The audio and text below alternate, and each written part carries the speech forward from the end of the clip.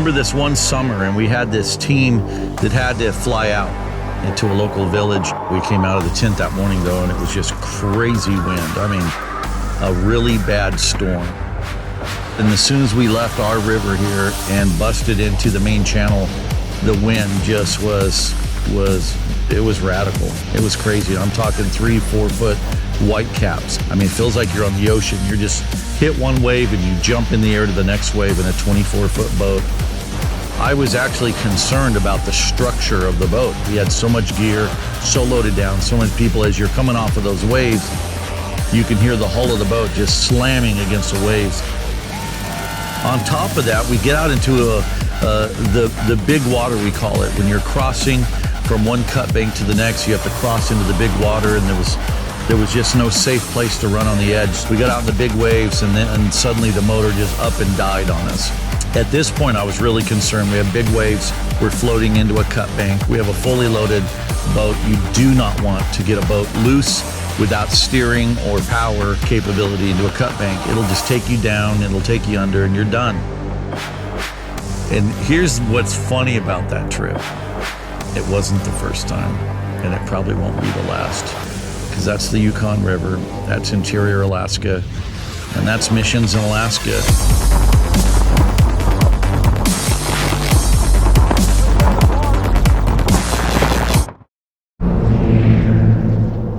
The upper Yukon River, near the Arctic Circle, in the vast expanse of the Alaskan wild,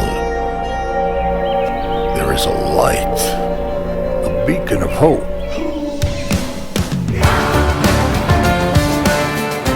And the reason we built a camp in the middle of nowhere is because there's a lot of wonderful people who happen to live in the middle of nowhere. And they just need some real positive input. They need someone who believes in it.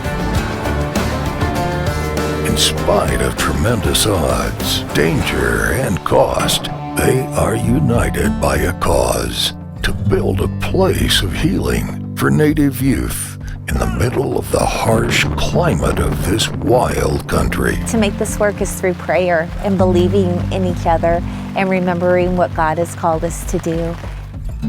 Their passion to be God's hand, to embrace the hurting hearts often hidden in the bush of Alaska. They are Alaska Missionaries.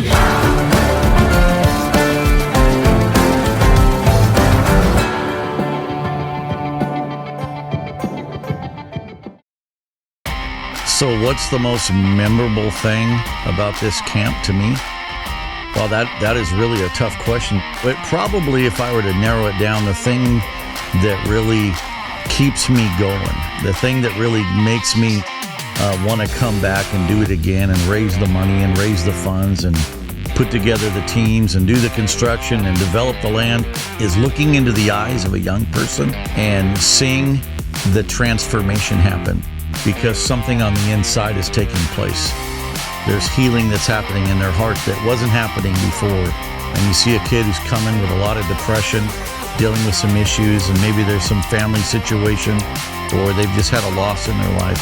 And to see them leave camp and they're cheery and they're excited and they're happy and they've had an encounter with the living God, to me, that is the whole reason we built the camp. That's the reason we continue to develop the camp. And that's the thing that keeps me going. Okay, well, we're going to spend just a few minutes here doing a little bit of orientation. We typically do that when you first arrive on the property, but today was not a typical day. You know, the whole purpose of this camp that we have here is to bring healing to young people. I talked about the suicide and what really brought us on the river in the first place was because of all the things that were happening and the young lives that were being lost. Now, those of you that have lived in Alaska a while, you know that this is not a thing that's just happening in one region. It's kind of all over Alaska. It's a real problem. There just seem to be hot spots where this is happening at a higher rate. And we thought we really need to do something. We really need to bring teams in and build relationships and do something. And this camp was really the ultimate answer for our part of that. And we've seen God just bless this in an amazing way. Some of you, if you're thinking, why did we come out in the middle of nowhere? Why didn't we build this closer to Fairbanks? And really the answer is, and that's a good question, but the real answer is because these people live out here in the middle of nowhere. They don't live near Fairbanks. And so we go to where we want to reach people. So in this region, there was a tremendous amount of suicide and things that just needed to be dealt with on a spiritual level. And so we came in and built this camp in 2009. We'd been ministering, I had been taking teams since 2003 down this stretch of about 300 miles of the Yukon and focusing on these villages in and around this area. And we just felt that we could be way more efficient. We could somehow reach these young people in a way, and we felt if we could just build a camp, and the Lord opened the door for us to be on this property. So it just has turned out to be a real blessing, and we're excited about what God has already done and what He's about to do. I want you to, as you're working working tools and working this land and this camp and preparing it, I want you to literally visualize faces of young boys and young girls. These are middle school to high school. And because these are young people whose lives are going to be changed because of the work. If you sand a bench, someone's going to be sitting on that bench and they're going to be hearing, the gospel, hearing the story of Jesus for the first time. And this is really an exciting place for them. They don't even know what they're getting into. Sometimes they come because they just heard about it, but they get here and they feel legitimate love, and they have something that's taking place in their heart that they can't explain. They don't know how to articulate it. They just know that something warm is happening, some healing's happening inside. But they leave this place completely different. And speaking about the suicide again, I haven't seen any state numbers. This I do know. Since we've been working in this region, we've seen suicide fall off just really drastically. It used to be regular in Fort Yukon and in the other villages around here. Now you rarely hear of that. And so I really believe that this camp is making a difference in the lives of these young people. And at this point, we've had a good portion of the young people of this region attend this camp. And it just seems to be growing. So we had about 10 villages represented last year. We're expecting more this year. This is exciting. So thank you for investing your time and your money and your sweat and your tears. I just want to really encourage you, don't ever discredit what God's called you to do. He has put a gift inside of every one of us. Every one of us are so important and so valuable to God. And we're all called to do different things, and that's okay. But just see the value and the worth in it. And God is fun. God is awesome. God is exciting. And we see Him change lives. We see kids completely change and feel love. And these are testimonies that we hear. This is the first time I felt love. This is the first time I actually heard God tell me that He loved me. I've been asked, why do you love us? I've been asked that by youth. Why do you say you love us? And we're able to share that. The love of God in this land is just so blessed with the love of God, and we can brag and be excited about what we do because it's not us. We know it's the love of God. This is His will. This is His desire. So just want to thank you, and you just really just press into what God has you to do. All of you are so powerful and so important, and it doesn't mean that life's easy. It doesn't mean when you obey God that everything's honky-dory, peachy keen, and just fun, but God's worth it all as I can say. God is worth everything that He calls you to do, so never give up on God. Never get up. He is worth it all. He's a life changer. God is a life changer. So it's not uncommon for somebody to ask me, so what's it take to do a camp like this? And then I usually respond with, well, you need to sit down. This is going to take a while. It starts in North Pole, where our home base is, and we start collecting gear and supplies and food months in advance. So my job in Fairbanks is basically like logistics. So we had a ton of food, probably about 300 pounds of food donated, like 2 huge pallet fulls.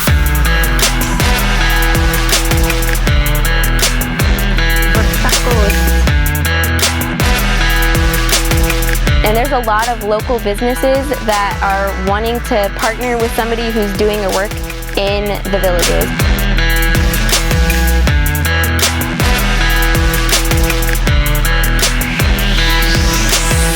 I've even had business owners who I don't know if they know the Lord or not, but like in tears, just seeing what we're doing out there and how it's making an impact. Hi, Maria. Hey, Yolanda. I'm just calling to let you know I'm coming with the stuff now to be unloaded if anyone is available.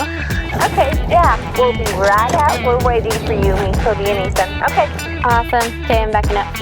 Okay, bye-bye. Okay, bye. Can I go back further? Load it down. Can I get back further? Yeah, you can. Okay. Tell me when to stop. No, you're good. You're good. Coming. Still? A little bit more. Okay, that's good. Perfect. Work. All right. Yeah, you got a ton of stuff. Quality sales. Donated a ton of flour and breadcrumbs and just a ton of stuff. We got boxes. And also a ton of picnic packs. Oh. Awesome. Yeah, we need your work. We need your We're help. so grateful for you guys. Wow. Okay. I think you guys just want to put like the chips and stuff underneath in the back. Excellent. I know, look, chocolate chips. Oh, chocolate chip cookies. Oh, yummy. Oh my goodness. Syrup. Got coffee syrup. Yeah, it's pretty awesome. And good little snacks for like the boat, the ride on the boat.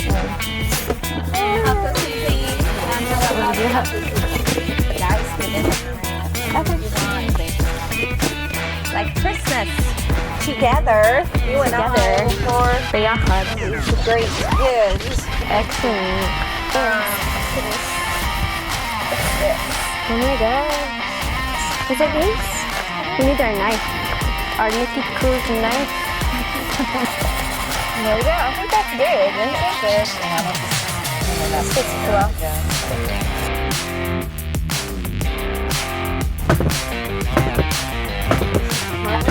I need my backhoe.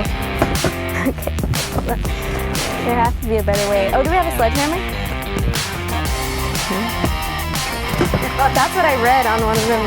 They're like, just take a sledgehammer. Do it. Are you sure you don't have a sledgehammer? Here, in the garage? Or a hammer?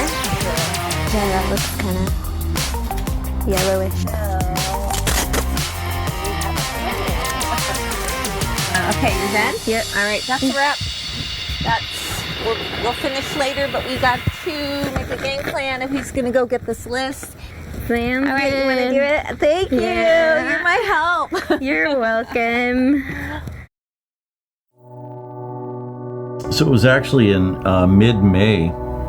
This is kind of how it started. The same week, I was kind of complaining about a spot on my head. And my wife said I really should have it looked at. And it was right up here and had been there about 2 years. And since my father just passed away in July of last summer, it was skin cancer and it was on his head. So they were a little concerned. They said I should get a biopsy. So I went in, and the same week, Yolanda had noticed a lump on her under her arm, and thought, well, I should go have that looked at as well. I called the doctor, made an appointment, and was able to get in to see the doctor Monday, May 9th, right after we got home. And at that appointment, the doctor immediately found another lump in my breast. And of course, when doctors find lumps, they're very concerned, and their first thought is cancer. And the first thing that hits you, honestly, is fear.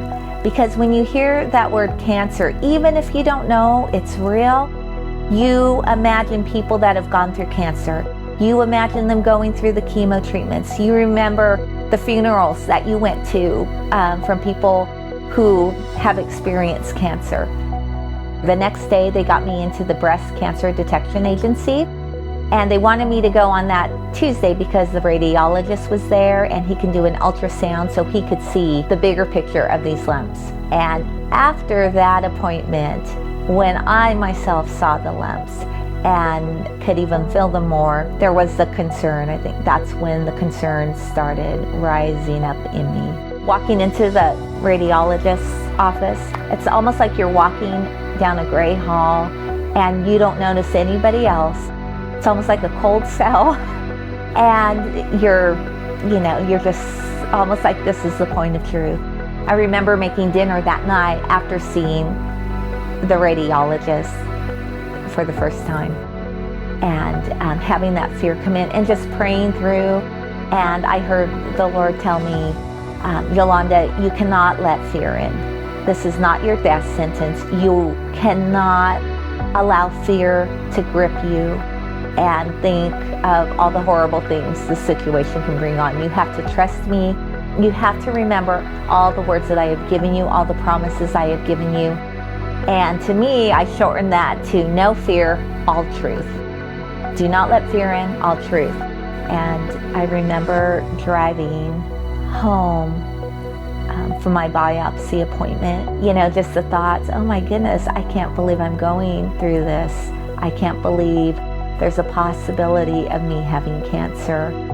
And just making myself again grab hold of my thoughts and not letting that fear in, and thinking, God, I don't understand why this is happening, but this is one thing I did hear God tell me, that I got this. Yolanda, I've got you. Do not fear. And I heard that over and over because those thoughts of fear would come to me over and over. After the biopsy, we had a time of waiting. I was anxious to hear the results because I wanted that confirmation that I did not have cancer. And mine was fine. They said it wasn't cancerous or anything. In fact, the biopsy actually healed it. It healed up after that because they had removed whatever it was, and I think it was some sort of a mole or something. And hers came back with a different report.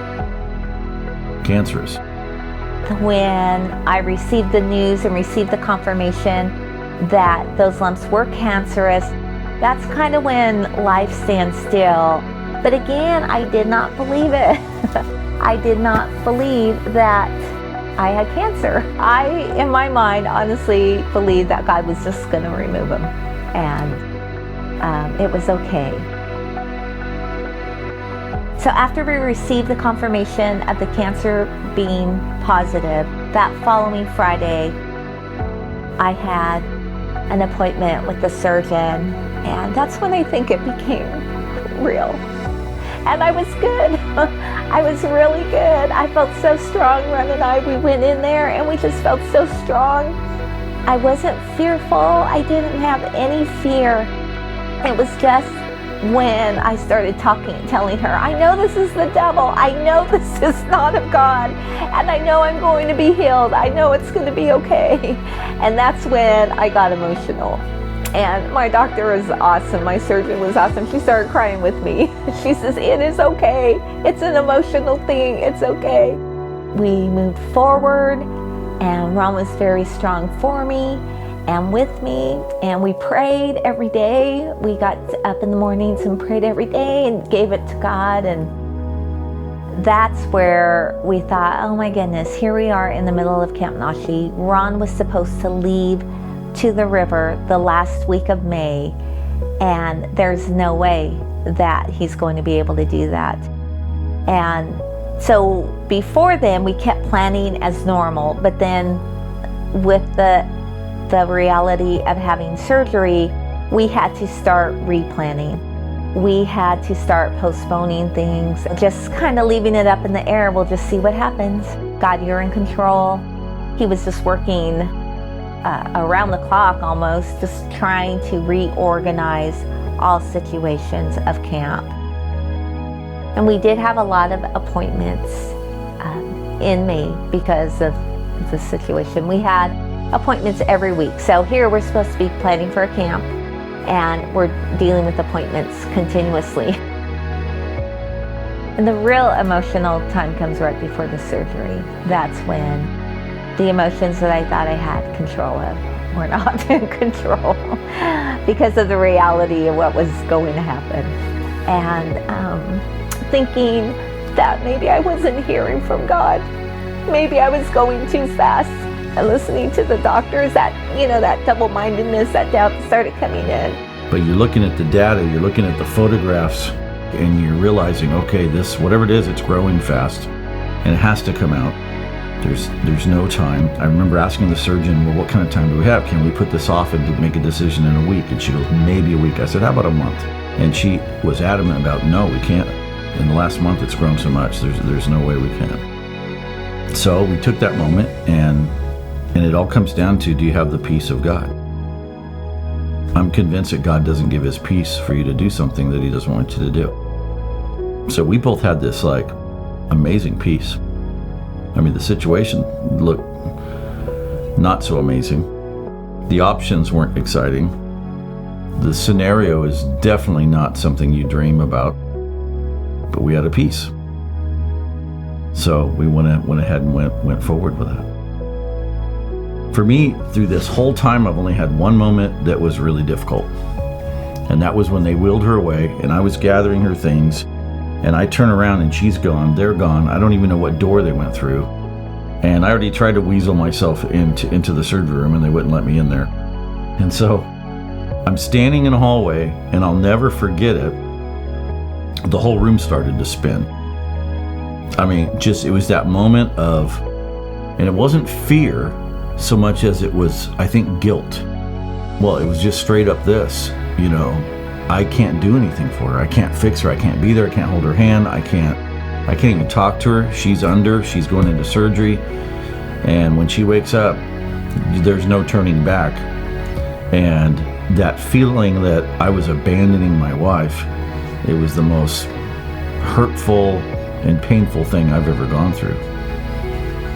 I remember I just had to get out of the hospital. I went and waited in the truck. And then a pastor friend of mine who called me, and we talked for a while. Yeah, what was going through Ron's mind was that I was first priority. He was so good and so strong with me during this time.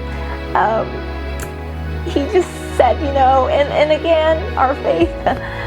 He said, it's going to be okay. We'll just postpone things. And we grabbed hold of the verse that Romans 8:28, that God works all things together for our good. We would say that every day. We would say that several times a day. It's going to be okay. It's going to be okay. It's going to be okay. Ron is the one that goes to camp and runs camp at Camp Nahshii. And I run camp from home. And so I'm the one, kind of his right-hand man or woman, that stays here and does all the logistics while he's at camp. It was crazy that this situation just happened to happen during Camp Nahshii. And like I said, I don't believe it just happened to happen. I believe it was a strategic plan of the enemy. Well, preparing for this particular camp every summer is one of the most difficult things, logistically, emotionally, financially, physically, in every way. Just in a normal year, it's really difficult. So you throw this wrench in the works. Your wife has breast cancer, and she's going to go through major surgery and mastectomy, and I'm not real motivated to go to camp. As passionate as I am about this and being an encouragement to these kids, my first and foremost is like, let's take care of mama. So I asked her, I said, I'll cancel. If you want me to, I'll cancel camp.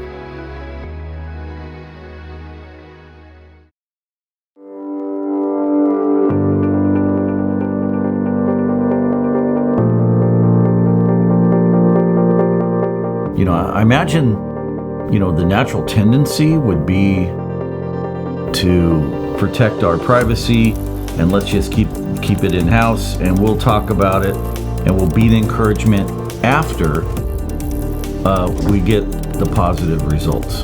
But we decided no.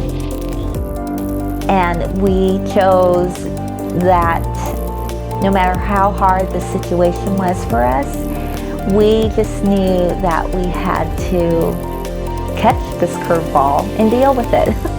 And not let it destroy our lives, because you can easily let it destroy you. So you can let it change your life for the better or for the worse. And we knew that we were going to let it change us for the better. We want to be an encouragement to people through the journey. As we're going through, whether they're painful steps or not, as we're going through this, There's somebody out there probably going through something like this or worse. There's somebody out there that has a family member who's going through something like this.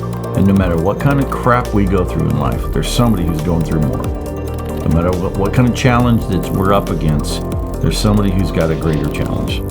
No matter what kind of surgery that we had to go, there's somebody that's going through a worse surgery.